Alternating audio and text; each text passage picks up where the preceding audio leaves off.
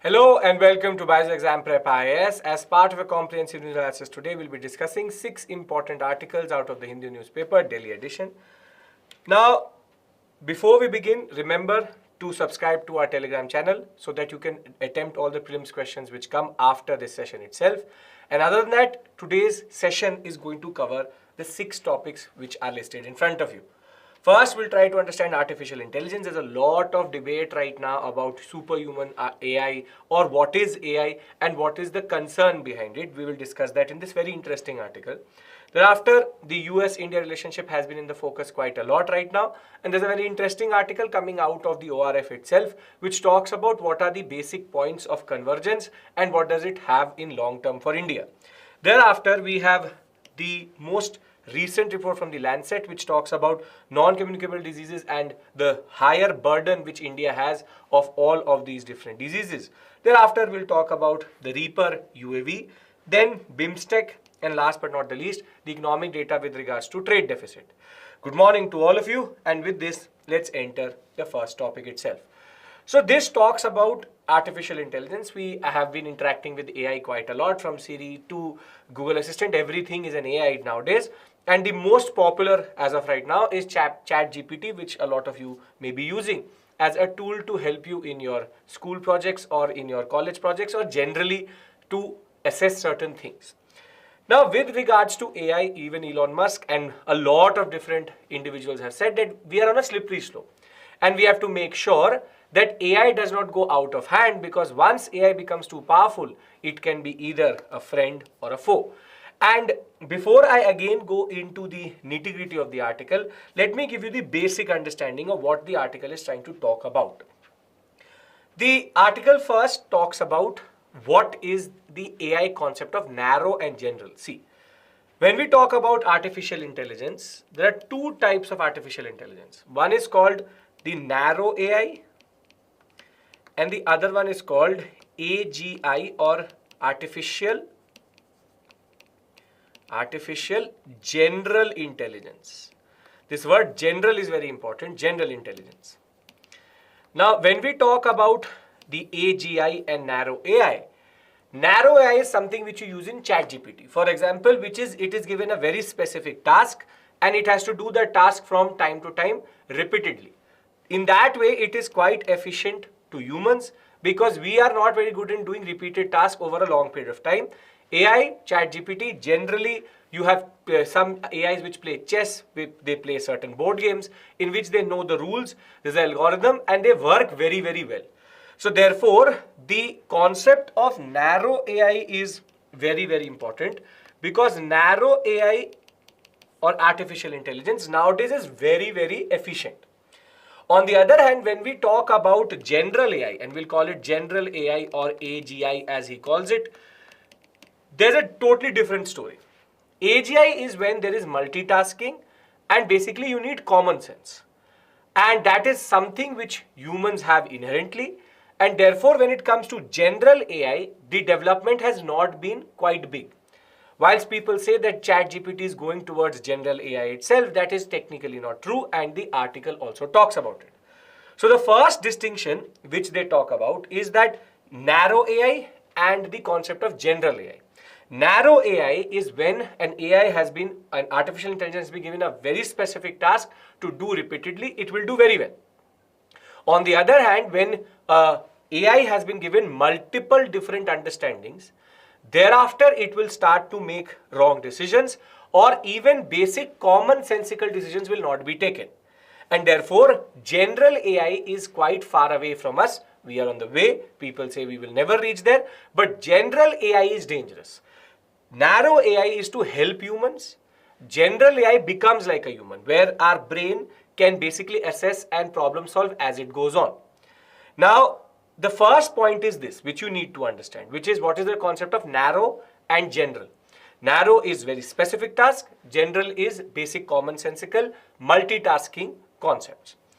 Thereafter, he talks about, okay, should we be then concerned about AI generally? And he points out that there is a cause of concern if there are 3 basic scenarios. The 3 basic scenarios which he points out is first, if somebody develops a superhuman AI, which has the power to enslave all of humanity, utopian concept, all filmy concept. We are quite far away from this. It may come, but maybe 2-3 centuries later. As of right now, superhuman AI, which is an AI which thinks like a human, is quite far away. Here, we don't have to be concerned. What we need to be more concerned about are two very specific issues. First is a powerful AI, maybe even narrow, but in the wrong hands. In this context, you can have smart weapons. And as of right now, what we are seeing, even ChatGPT is not immune to it, is fake news. And public opinion can be changed and can be influenced by what we call as deep fakes. You would have heard about it, deep fakes. Deep fakes are when you put someone else's face on something which you have not said. So the AI is able to match the facial expression. They're called deep fakes. So the simple point is, we do not have a safeguard from malicious humans. So therefore, a powerful AI, be it narrow, be it general, even a narrow one in the hands of a very wrong personality or a person who has wrong intentions, can lead to problems. So therefore, AI becomes a dangerous tool if it is not done for the good of the people, but has certain malicious intention. The third concept which he introduces and is problematic is that though it is a capable AI, but it is biased. It is discriminatory. And this we are seeing right now in America quite a lot, wherein, for example, when it comes to facial recognition, what they are doing is that it is better recognizing white faces, but very bad at recognizing brown and black face. So therefore, it is automatically discriminating against the minorities in America and even Indians in that regard, and it is picking up white faces better, which is the Caucasian race itself.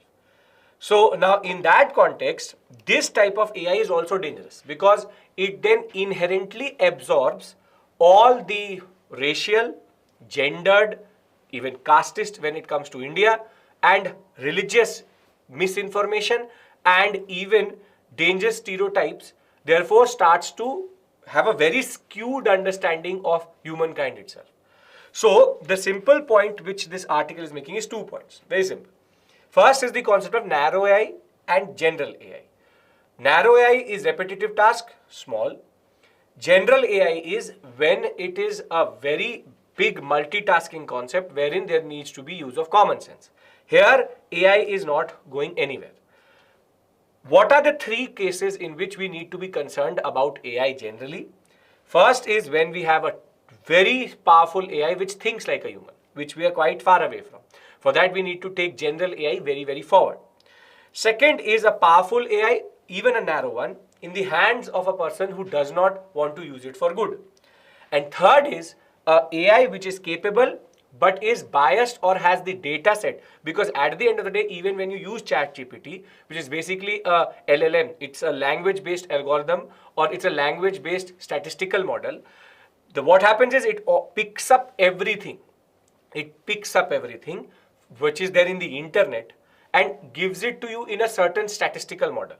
And therefore, you would have seen that if you ask them UPSC questions or a little bit nuanced question, it will always give you something which is available on Google. It may be wrong or right. That doesn't really matter to ChatGPT. And therefore, the simple aspect here is we are quite far away from a very capable AI. But the aspect is, if the AI is also getting all its information from Google or from what we call as the internet, thereafter on the internet we have good and bad information both, and it can give you the wrong information or it can absorb all the very dangerous neo-fascist tendencies or very, very dangerous what we call as conservative extreme right tendencies, and therefore it can become a problem for us generally. So before I go into the nitty-gritty, these are the 2 very simple parts in which this article is divided. First, the concept of AI itself. second, the three scenarios in which we need to be concerned. I hope you understand this basic point. If you did, then we'll move forward into understanding the nitty-gritties in that regard. Yes? Okay. So, when we talk about AI, one is called an AI which exhibits superhuman performance or specific performance in a narrow task. For example, playing chess or a game called Go, which is much more difficult than chess, or even doing what is called protein folding or protein bonding in biochemistry. It's a very simple task. They have to just do it repeatedly. We are not that capable. As humans, we tend to have this we have this brain which gets distracted. Therefore, they are quite capable in doing narrow tasks. The aspect is we use the narrow task concept in speech recognition, in translation, basic even identifying photographs. You have Google Photos. All of that uses AI basically. However, when it comes to AI, when it exceeds the narrow concept, it becomes what we call as general ill-defined task. In the sense, I don't tell the machine what to do, therefore it has to figure out itself. And in that context, what happens is that then the AI is not able to understand what to do. This is called general AGI or artificial general intelligence, wherein this is not limited to a narrow task. It needs common sense, and in common sense, humans are better. In certain cases, we would save our life, but the AI won't. So, common sense will make a human save his life in a life-threatening situation. Maybe an AI would not do that. And there is no credible effort at building AGI as of right now. So, there is no company, even OpenAI, is not developing an AGI, which is a general artificial intelligence. So the narrow concept is very well defined. People are using it also, and you use it also. The best example being ChatGPT, which is basically an LLM, which is called a large language model. What it does is basically brings predictive text together.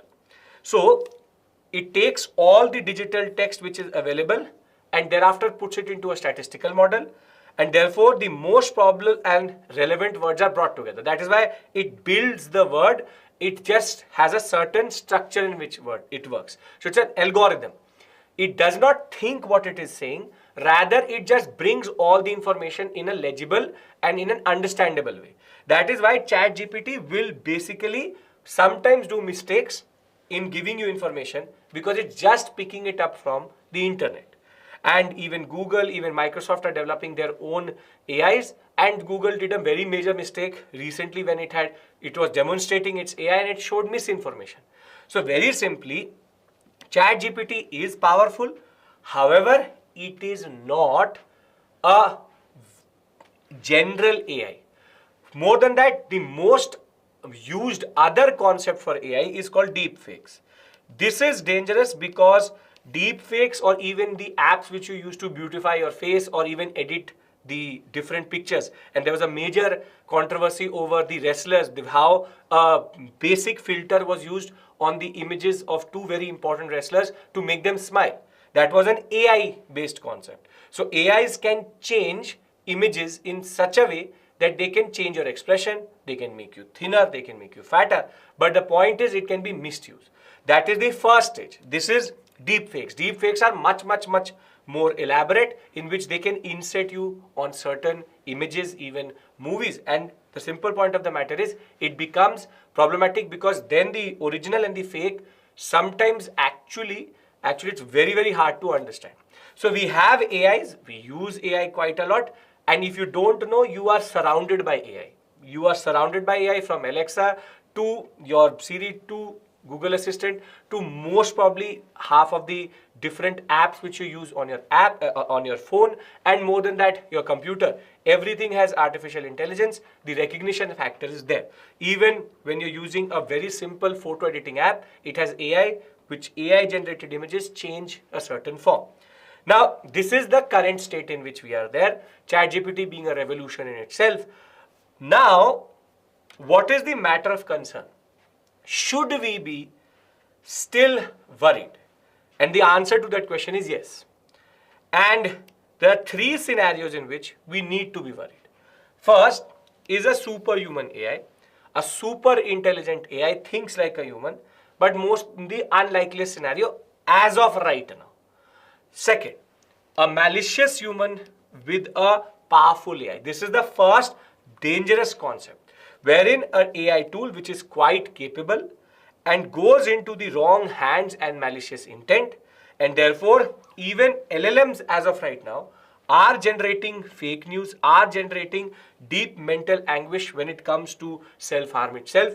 A lot of times they are producing information which is not true also, and therefore this can help certain people, this can affect public opinion, and therefore smart weapons in military can also be made, wherein an AI takes a call where does the weapon hit, or even an AI goes into the battlefield to fight, because there is no human aspect. Therefore, very straightforward, the AI will be sent into war, and we have AI based robotics which is happening, and therefore Boston Electronics, the most advanced company as of right now when it comes to human like behavior of what we call as robotics or robots, is using AI only. They use LiDAR, they use a lot of different sensors to understand. Now, again, we are quite far away from all of that, but in the wrong hands, good technology also becomes bad. On the other hand, the most common and what we see today is a capable one, but a instructable one, in the sense that it is emotionless or it takes the bias of humans generally. So the AI will improve, it will be assisting humans, but what we see is that it is unintentionally picking up information which is available on the internet, which is biased, which is problematic, which is xenophobic, which is any type of dangerous minority-based, what we call as extreme right, neo-fascist tendencies being absorbed. And therefore, when it comes to machine learning, as of right now, we see that camera-based facial recognition systems work better on fair-skinned men than dark-skinned women. So therefore, first the gendered bias comes through, then the racial bias comes through. And this is why this is a major concern, that AI is also picking up information which humans create. And therefore, human-based bias can also enter into AI. AI can also become patriarchal. Therefore, what is the basic point this article is trying to make? We as Indians, and India needs to be prepared, because we have very less awareness of AI generally. Further, it is a revolutionary tool because it can be used in health, agriculture, transportation, governance. AI tools are being developed by different countries. Brazil uses it, Japan uses it. But the basic point of the matter is we need certain regulations. We need to make sure that we don't go too far. So before I move to the next article itself, what has this article taught you? And very important for GS paper 3, extremely important for GS paper 3, AI has been in the news quite a lot. It talks about the concept of narrow AI, it talks about the concept of general AI, and it talks about how narrow and general, we are more closer to narrow right now, general is not there. 3 scenarios in which we need to be concerned. Superhuman AI, that is something right now improbable. Second is good software in the hand of a bad person, that is quite possible. And thereafter, AI which gets the information from a data set which is already biased. So therefore, AI is very revolutionary, but we need to be very careful of how we use that technology. So before I move to the second article, is this point clear? This is very important. This type of information you don't get in books. You have to learn this from articles. That is why editorials are important, right? Okay, perfect. So let's move to the second article. The second article talks about the concept of US India relationship, but in the long term, in the sense that when Lloyd Austin was here itself, there was a lot of talk about, we already have discussed it a lot of times in different platforms and here also, INDUSX, ISET. INDUSX would be defense ecosystem based cooperation. ISET is emerging and critical technologies based cooperation. So there's a lot of momentum which has been gathered vis-a-vis defense relationship between India and the US. Now the point is why. The first question is why, and what does India get out of this? The first is very simply why. The answer to that question is China. China, Russia, Ukraine, And basically the geopolitics of this time is right, that as we live in today is such that the US needs a credible democratic power in the Indo-Pacific to balance China. So it's a balancing act. So it's a balancing act wherein we need, and India also needs to balance China. And therefore, the reason is the presence of China, and there is an estimation that on subsurface or in the Pacific and in the Indian Ocean itself, the presence is going to exponentially increase. Therefore, China, Russia, Ukraine and geopolitics, it's a balancing act wherein India needs US, but the US equally needs India. Now, on the other hand, what is the importance of Indus X or ISET or even what we are seeing as of right now in defense cooperation? See, America is a defense-oriented economy in the sense that they need wars, they need defense spending. Their companies also need defense partners, and therefore India, after being dubbed as a strategic partner, a major strategic partner, now is also turning out to be a major defense consuming or defense equipment consuming economy. And therefore, when we talk about Indus X or when we talk about ISET itself, the fact of the matter is that this is a America-driven basic agenda to get its very, very important Lockheed Martin, GE, or even generic, what we call as generic defense companies to enter into the Indian market. From this, Tata Group, Hull, even DRDO benefits. But the aspect here is about nurturing this relationship. We know that US is a moody power. We don't know how long this relationship will go. But the basic point of the matter is that this is a good dynamism or momentum which India has gathered, and whatever India can gain out of this, very specifically technology transfer, that could be a game changer for all of us. So the first point is that when he visited, the defense secretary, when he visited, there were two basic agendas which he brought with him.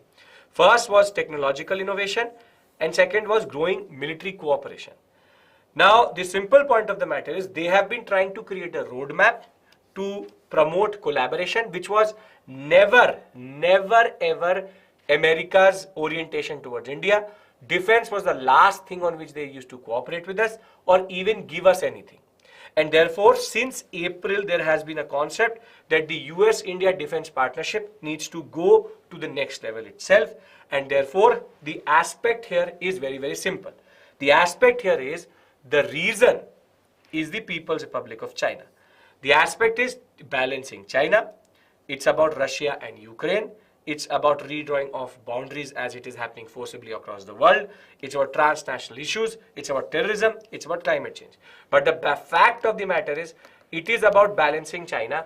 And at the end of the day, the presence of the Chinese in the Indo-Pacific has been dubbed to increase exponentially.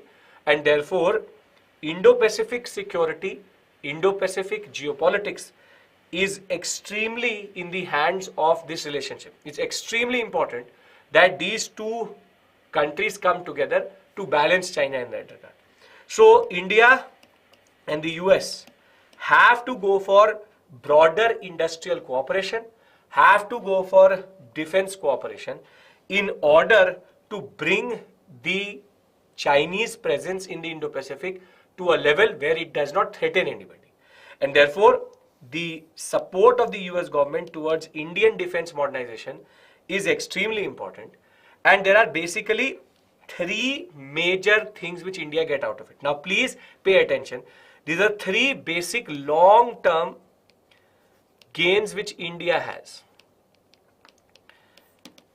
First, nurturing and growth of an ecosystem of joint ventures. Therefore, India can have a very strong joint venture-based economy with the US companies. Second, US incrementally gains a larger share in the Indian defense manufacturing. Now, this is very important because here India has Russia as the biggest supplier. And this is the larger politics which America is doing. Because Russia is our biggest defense supplier, the US is trying to replace that.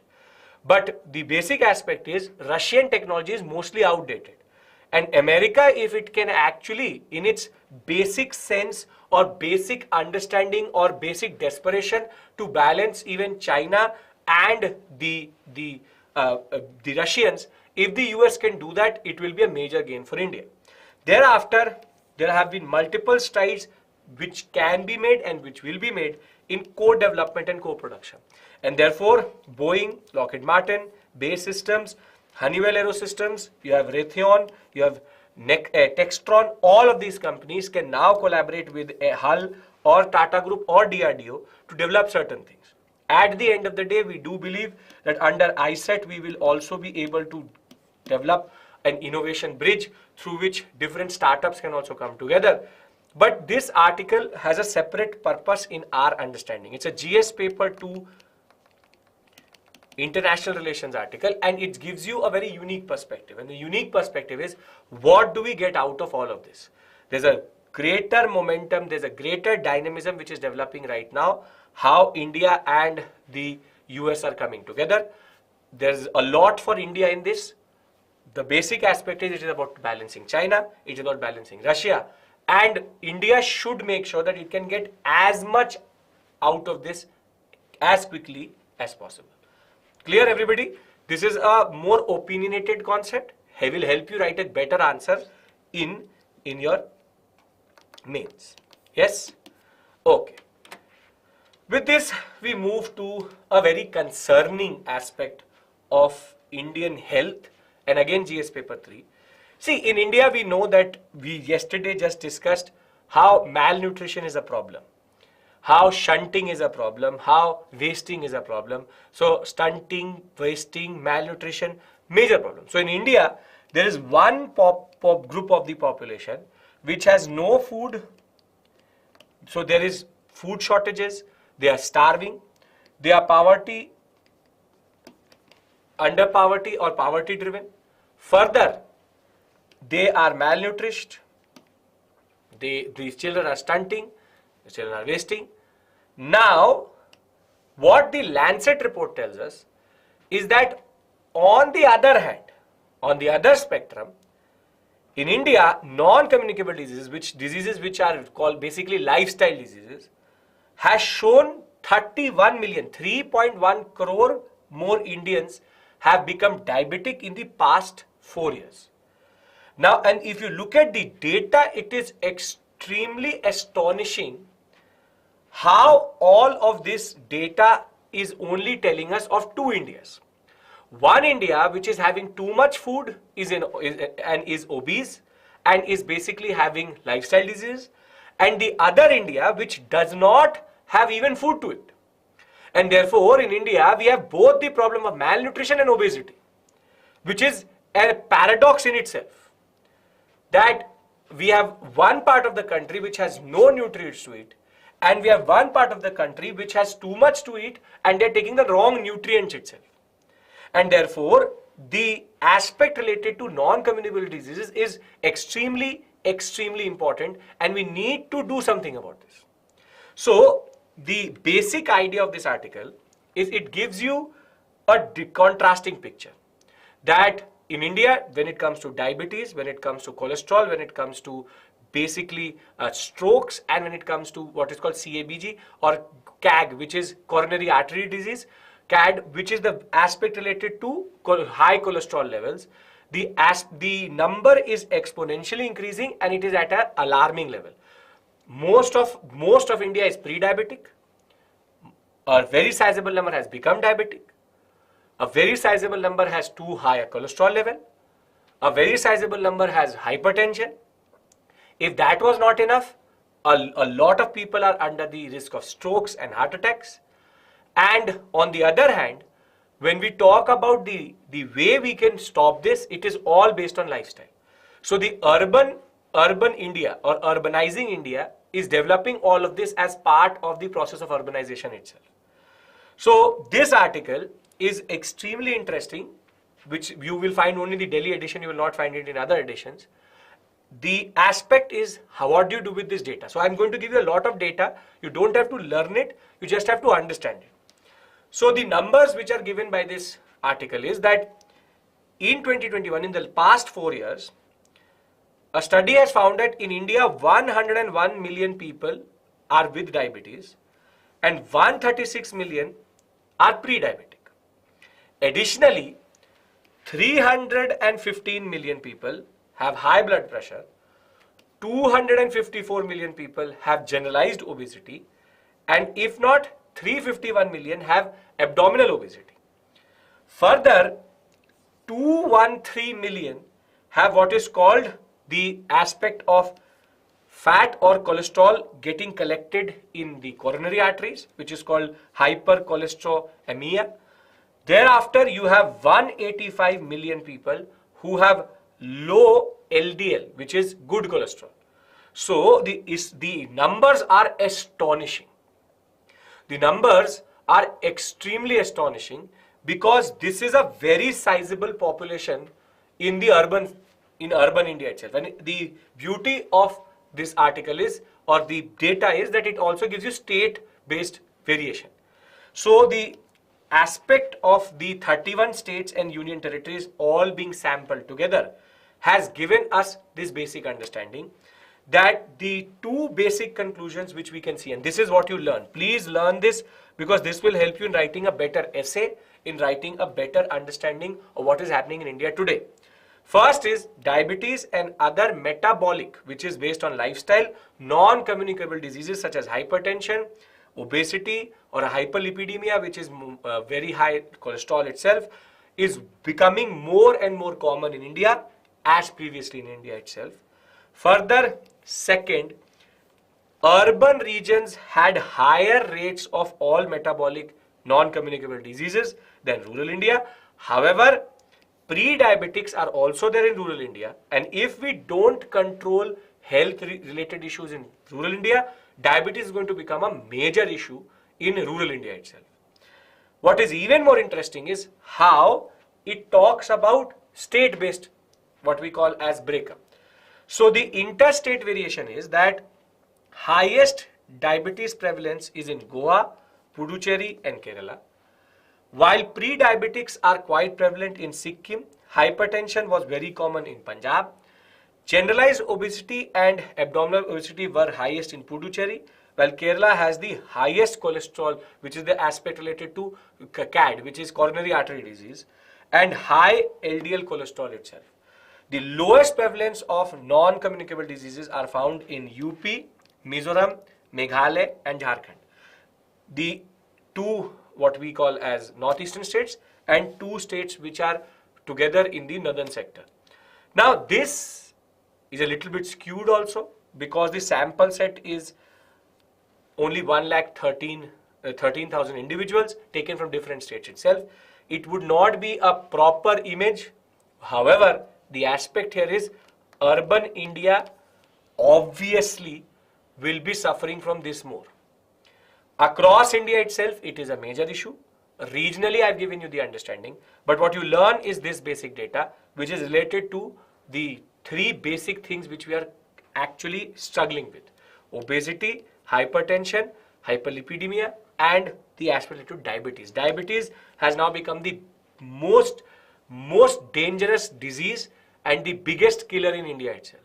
So, the simple aspect here is, while in India in the past 4 years, the burden of diabetics and hypertensive persons have increased with generalized and abdominal obesity. The study gives us a very important early warning about all of this becoming fatal very soon. So India as of right now faces a paradox. It's called a dual problem. The dual problem is of malnutrition in one hand and obesity on the other. There's an availability of surplus food, but after being exposed to fast food, lack of sleep, exercise, stress, the non-communicable diseases are becoming more and more common. So it's a lifestyle-based disease. At the end of the day, how do we move forward? We need to create a regime in our health sector which identifies this. Better lifestyle, better diet, more exercise. More than that, we have already identified the 4 major concerns of Indian health system itself: cardiovascular disease, heart diseases, cancer, respiratory disease and diabetes. And we have to also make sure that we change 4 basic behaviors which are causing it. Unhealthy diet, lack of physical activity, tobacco and alcohol. And therefore, how do you go forward? It is a lifestyle-based disease. We have to change our lifestyle itself. More than alcohol and cigarettes are not good for you generally. Now, before I go to the Prelims Bytes section, what have we done? We've discussed 3 very basic articles and they have their own agendas. AI article talks about narrow AI, broad AI, talks about the 3 scenarios in which it is problematic, superhuman, good AI in the hands of bad persons, and last but not the least, AI which is biased. Thereafter, we move to the US and India relationship, how we have a lot of momentum, we can use it to nurture cooperation, co-development and technology transfer. And the third one is a very dangerous news with regards to how India is becoming more and more diabetic, more and more obese, has more risk of cardiovascular diseases. Respiratory disease as it is a problem because of the pollution. And these lifestyle diseases are becoming more and more common in urban India. Rural India is on the brink of becoming diabetic itself, and therefore policy intervention is needed. If all of this is totally clear to you, then we can move to the Prelims Bytes section where we'll try to understand 3 very simple but straightforward articles itself. Yes? Okay, perfect. So, the first is a very encouraging and a very important news again related to the US-India relationship, which is that after quite a lot of lobbying, the US is now ready after the Defense Acquisition Council on Thursday has approved from the US and India both that we will get 31 what are called armed Reapers, which are UAVs, unmanned aerial vehicles. Reaper was one of the most common UAV which was used in Afghanistan and is still used in a lot of conflict zones. It's quite efficient, it is quite accurate, it has a very lethal firepower capacity also. And this will now be formalized once the Prime Minister is in the US also. And further, it is also related to the aspect of how the Cabinet Committee on Security also has to approve it. But where are these 31 going? It's really 15 are meant for the Navy, 8 each for the Army and the Air Force. It will cost us close to $3 billion itself. However, the Navy is extremely interested in developing these developing and taking these Reapers because maritime surveillance has become a problem, and therefore this will be a game changer for our Navy generally. What is more interesting is that Hindustan Aeronautical Limited, HAL, will most probably co-develop the engines for the Reaper in India itself. The General Atomics is the company which makes the Reaper itself, and therefore the engine, the turbo propeller engine which is here, will also be developed in collaboration with the American company, and therefore this can be a very important interaction between General Atomics and the HAL. Therefore, this can also have a major potentiality to take our defense sector in a certain direction. And we already know that developing jet engines together is a proposal which is there, which is going to be discussed very soon. And therefore, it is going to be a major game changer for us in that regard. So, it's a very interesting development. 31 Reapers are now coming to India, and therefore, this will be a shot in the arm for our armed forces across the board in that regard. Thereafter, organization which we don't hear too much of because of the geopolitics in South Asia itself, which is BIMSTEC, which is Bangladesh, Bhutan, India, Myanmar, Nepal, Sri Lanka and Thailand, basically remove Pakistan and all the neighbors of India. And therefore, recently, the Bangkok Vision 2030 will be now adopted. Now, what is the Bangkok Vision 2030? It talks about BIMSTEC region becoming prosperous, resilient and open, and therefore looking forward towards sustainable and balanced growth. BIMSTEC has mostly been marred by or overshadowed by the geopolitics of India, Pakistan and China, and therefore this is one organization in which neither China is there or Pakistan is there. Therefore, India has always been very what we call as encouraging or very positive with regards to BIMSTEC because it allows for India to secure its borders. And in that regard, this is an important development because it allows for India to take what we call as immediate neighbor relationship forward without the two irritants being there. So as I said, prosperous, resilient and open. Thailand, Thailand as of right now has the presidency. It is pushing for it. Let's see where it goes, but something which has now come back again. Last is something related to our exports and trade. Indian exports has fallen by close to 10.3% to 34 billion in May, and the same, there is a contraction in the imports, however that is still exceeding the exports itself, and therefore we have a 5-month high when it comes to our trade deficit. This is concerning because whilst in COVID it made sense, still trade deficit, which is export minus import or import minus export, the aspect here is it is negative, which is not good. And when we talk about the larger goods trade deficit, it is again at the 20-month low where we are not exporting more than 15 billion itself. So the aspect here is that trade deficit, exports are not exceeding imports, imports are exceeding exports.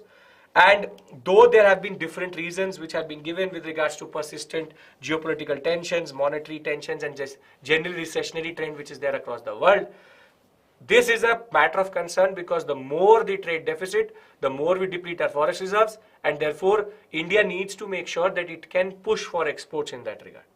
So before I move to the mains questions itself, let's try to understand what have we done today through the 6 articles we've discussed. First is AI and its potentiality, what is narrow AI, what is general AI, and more than that, how there are 3 scenarios in which we need to be concerned. Thereafter, we moved to the concept, and very simple, straightforward concept of the US India relationship gathering a lot of momentum. Let us see where it goes, but there's a lot to be gained here, intersex and ISET being very, very important. Thereafter, we saw a very concerning news with regards to non-communicable diseases and a greater share of Indians becoming affected by them in the past 4 years. Thereafter, we move to the prelims-oriented aspects. We are getting a Reaper UAV from America, very significant. We've been asking for it for quite a long time. Further, we are now looking at the trade deficit at the 5-month high itself. Exports are falling, whilst imports have contracted, but not at the same level itself. And last but not the least, we discussed the BIMSTEC Bangkok Vision 2030. We'll see this developing further and we'll try to discuss it later with the mains perspective. As of right now, it is related to prelims. So let's look at the 2 mains questions. Discuss the potentialities and dangers of artificial intelligence. Very straightforward question, but a real question which can come in the examination.